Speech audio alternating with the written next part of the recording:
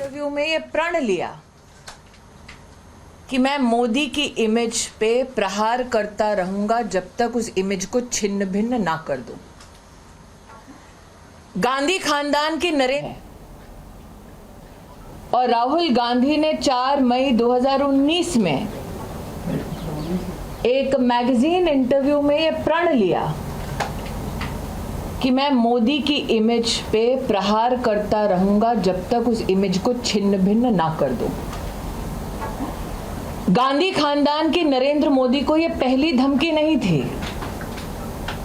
गांधी खानदान ने एड़ी चोटी का जोर आजमा लिया जब वो सत्ता में थे, लेकिन न जनता का प्रेम नरेंद्र मोदी के लिए वो कम कर सके, न जनता का साथ। नरेंद्र मोदी ने स्वयं गांधी खानदान से कहा कि आप चाहे मेरा कितना भी अपमान कर लें, लेकिन राष्ट्र का अपमान ना करें। अपनी पॉलिटिकल बौखलाहट में, अपनी पॉलिटिकल फ्रस्ट्रेशन में राहुल गांधी का मोदी के प्रति विष देश के प्रति अपमान में परिवर्तित हो चुका है। इसका आपने एक प्रतिबिंबित क्षण राहुल गांधी के इंग्लैंड दौरे में देखा, लेकिन नरेंद्र मोदी का अपमान करते करते पूरे ओबीसी समुदाय का अपमान करना भी राहुल गांधी ने उचित समझा। क्या यह पहली बार है कि राहुल गांधी ने, गांधी खानदान ने दलित अथवा पिछड़े समुदाय का अपमान किया है? देश की मीडिया, देश की जनता इस बात की साक्षी है कि उन्होंने न सिर्फ ओबीसी समुदाय पर अभद्र टिप्पणी की है, बल्कि साथ ही जब राष्ट्र को पहली बार ट्राइबल परिवार की एक महिला को महामहिम राष्ट्रपति के पद तक चुनने का मौका मिला, तब भी गांधी खानदान के आदेश पर महामहिम द्रौपदी मुर्मू जी का अपमान कांग्रेस के नेतृत्व ने किया। ये बात और है कि राहुल गांधी अपनी ही पार्टी के दलित नेता से अपने चप्पल उठाते हुए दिखाई दिए और अब उनका झूठ सर चढ़कर बोल रहा है। The political psychosis of Rahul Gandhi is on full display. Rahul Gandhi 4 मई 2019 के अपने वक्तव्य पर खरे उतरने का प्रयास कर रहे हैं। नरेंद्र मोदी की इमेज पर प्रहार करने के लिए उन्होंने विदेश में झूठ बोला, देश में झूठ बोला, देश की संसद में झूठ बोला और संसद के अपने भाषण में जो झूठ बोला उसको पूरे देश ने सुना। संसदीय कार्य पद्धति के चलते जब राहुल गांधी से कहा गया कि आपने जो कटाक्ष किया है उसको साइन करके एक एक पृष्ठ पर ऑथेंटिकेट कीजिए, राहुल गांधी ने क्या अपने एलिगेशंस को ऑथेंटिकेट किया? नहीं किया। ये वो व्यक्ति हैं जो सुप्रीम कोर्ट के सामने जाकर नाक रगड़कर माफी मांगते हैं और आज ढोंग करते हैं डरपोक ना होने का। Ladies and gentlemen, on 4th May 2019, in an magazine interview, Rahul Gandhi, in his own words, claimed that Narendra Modi's greatest strength is his image. Rahul Gandhi has publicly claimed that he will attack Narendra Modi and rip his image apart. This is not the first time that someone from the Gandhi family threatened Narendra Modi.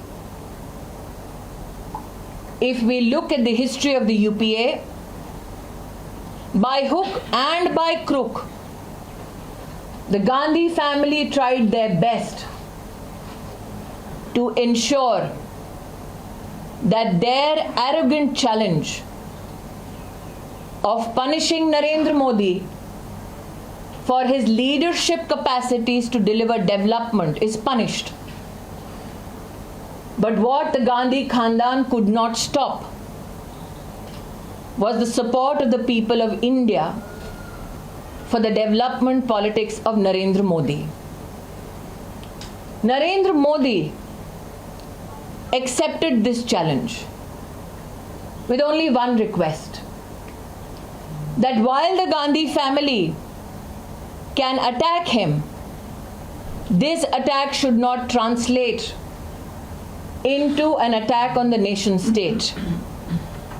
But such is the political frustration of Rahul Gandhi that a promise he made to a newspaper and a magazine could not be fructified, and hence he continued with his tirade.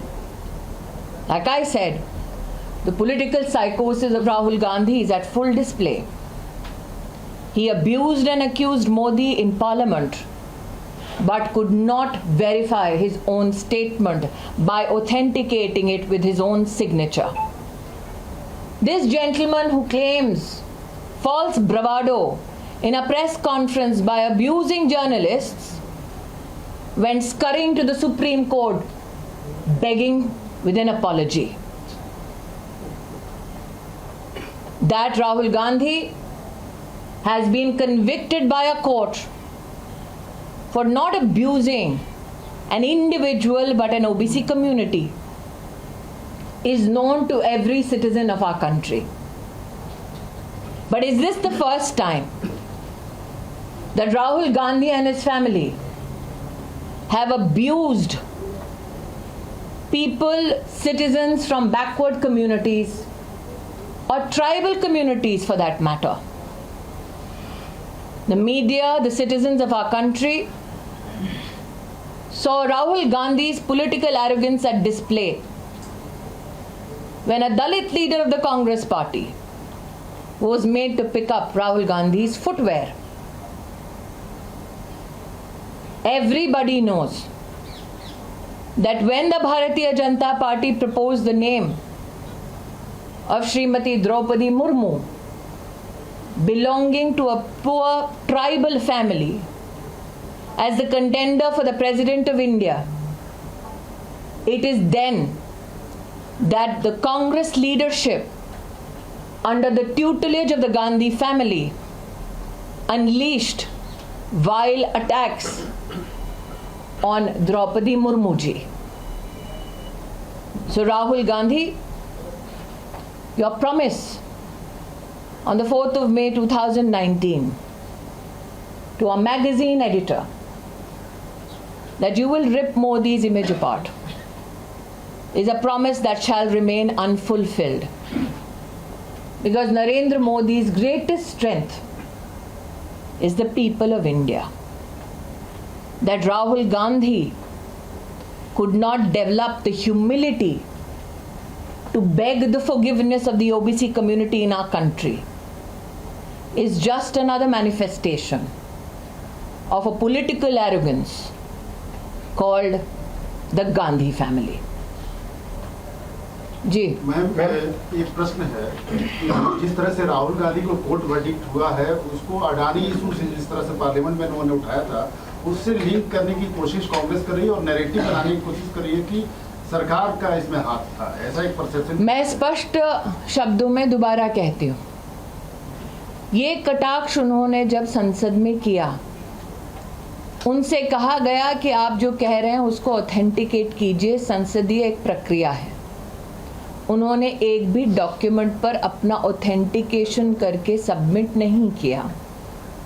वो सरेआम झूठ हर दिन बोलते हैं। लेकिन मेरा प्रश्न है, और पहले भी एक इंटरव्यू में 5 प्रश्न रहे थे जिसका आज तक राहुल गांधी ने जवाब नहीं दिया। अगर इतने घनिष्ठ संबंध किसी के हैं तो रॉबर्ट वाड्रा अडानी जी के साथ हाथ में हाथ डाले काहे घूम रहे हैं? मैं आपका ध्यान दोबारा आकृष्ट करती हूँ। राहुल गांधी ने जो एक मैगजीन के इंटरव्यू में कहा कि उनके जीवन का एक ही लक्ष्य है, नरेंद्र मोदी की इमेज को तार तार करना। उनको ना लोकतंत्र से सरोकार है, ना कोर्ट की मैजेस्टी से सरोकार है, ना वो ओबीसी समुदाय के प्रति कोई सम्मान रखते हैं। उनका टारगेट सिर्फ मोदी है। मोदी का टारगेट सिर्फ देश का विकास है। स्मृति जी, कांग्रेस का कहना है कि उनकी जल्दबाजी क्या है कि आप उनका घर खाली कराने में लगे हैं तुरंत नोटिस। घर उनका नहीं है, जनता का है। देखिए, कांग्रेस पार्टी इस बात की आदी हो चुकी है कि जैसे अमेठी में गरीब नागरिकों की जमीन हड़पा ली, वैसे ही आज देश की राजधानी में टैक्स पेयर का मकान हड़प लेंगे। श्रीनिवास हैं, राहुल गांधी के बेहद करीबी नेता हैं कांग्रेस के। उन्होंने आपका नाम लेकर अभद्र भाषा का प्रयोग किया। उन्होंने कहा कि स्मृति ईरानी गूंगी बहरी हो गई हैं और जो मैं जानती हूँ क्या कहा है। शब्द राहुल गांधी के हैं, संस्कार सोनिया गांधी का है, बस जबान युवा कांग्रेस की है। और ये मैं इसलिए कह रही हूँ कि ये पहले युवा कांग्रेस के अध्यक्ष नहीं हैं जो अभद्र टिप्पणी कर रहे हैं। इसीलिए कहती हूँ, शब्द राहुल गांधी के हैं, संस्कार सोनिया गांधी के हैं, और जब तक ये दो हैं तब तक कांग्रेस का वो नेता जो प्रमोशन चाहेगा मुझ पर इस प्रकार की टिप्पणियां करता रहेगा। राहुल गांधी के पक्ष में मैम ये कोशिश की जा रही है कि राहुल गांधी के पक्ष में विपक्षी पार्टियों को एकजुट किया जाए। वो प्रदर्शन के नए तरीके अपनाते हैं, संसद से विजय चौक जाते हैं, काले कपड़े पहनते हैं। कैसे देखते हैं मैम इसे? मैं इतना ही कहूंगी कि जिसको समर्थन देने के लिए पूरी कांग्रेस पार्टी को कोशिश करनी पड़ रही है, आपको उसका सामर्थ्य पता नहीं चल रहा। कल जो कांग्रेस पार्टी ने किया, जो स्पीकर के ऊपर आप लोग देख रहे हैं जिस प्रकार से पेपर फेंके जा रहे हैं, वो स्पीकर की कुर्सी लोकतंत्र की ताकत का प्रतीक है। क्या डेमोक्रेसी को इस प्रकार से अपमानित करने का अधिकार गांधी खानदान को है? वो लोकसभा के स्पीकर हैं, किसी पार्टी से संबद्ध नहीं है। वो कुर्सी जिसे हम लोकतंत्र का मंदिर कहते हैं, उस मंदिर की सबसे वरिष्ठ पीठ है। Ma'am, on disqualification of Rahul Gandhi, Vedant Patel of the US Department has said that I think the appropriate response will be given by the MEA, but it is intriguing for me that if you look back at Rahul Gandhi's position in England, appealing to powers across the world to intervene in India, I hope MEA can give a response to this which is to your satisfaction. But this statement compels me to reflect on Rahul Gandhi's position, where he implored that every nation in the world should intervene in Indian democracy. Ma'am, yesterday Congress party leaders were wearing black clothes and all the opposition leaders came out. They had Narendra भाई ने कहा ना कि जब प्रगति बहुत होती है तो कहीं ना कहीं काला टीका लगना जरूरी है। Thank you.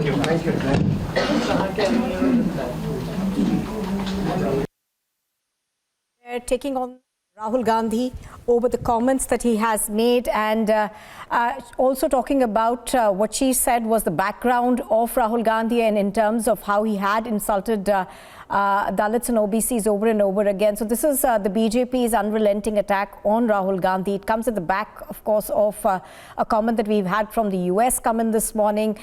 She, of course, did not say much on that, but she, of course, intensified the BJP's attack on Rahul Gandhi, saying that this is not the first time that Rahul Gandhi has attacked people from the OBC community, and also going on to say that in the past there had been an orchestrated attack on Draupadi Murmu. Then, of course, was the president-elect Thereafter, of course, we are seeing Rahul Gandhi take Rahul Gandhi's disqualification that has happened and his conviction by a Surat court.